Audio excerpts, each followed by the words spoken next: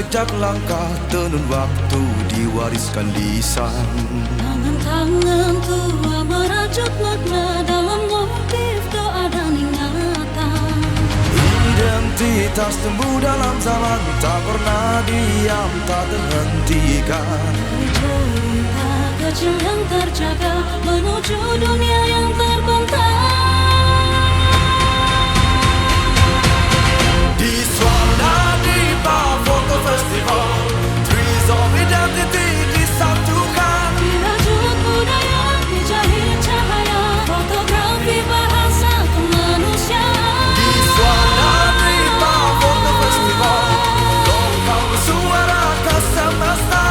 Satu bingkai, seribu mata, Satu dunia, banyak cerita.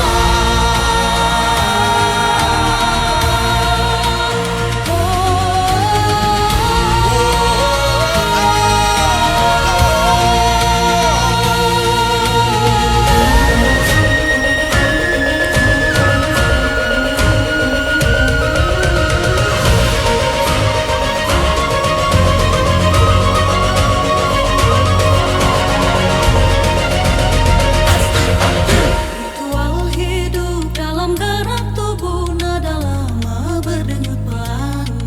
Di pasar ladang dan kota, budaya berjalan bersama zaman. Yang tradisi tak ditinggalkan, yang modern tak melupakan.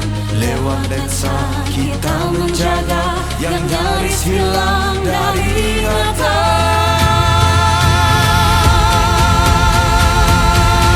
Di Swarnadipa Foto Festival, Trees of Identity disimpulkan.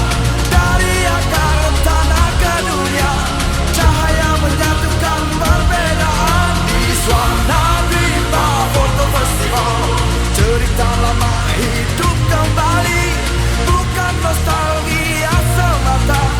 Ini warisan yang terus bergerak. Bersama program studi fotografi Institut Seni Indonesia Padang Panjang, ruang belajar bertemu dunia, budaya dijaga lewat cahaya.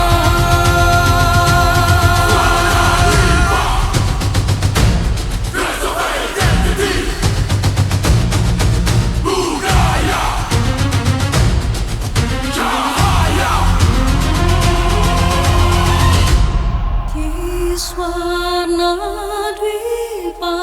Foto Festival, kita rajut threads of identity. Berbeda rupa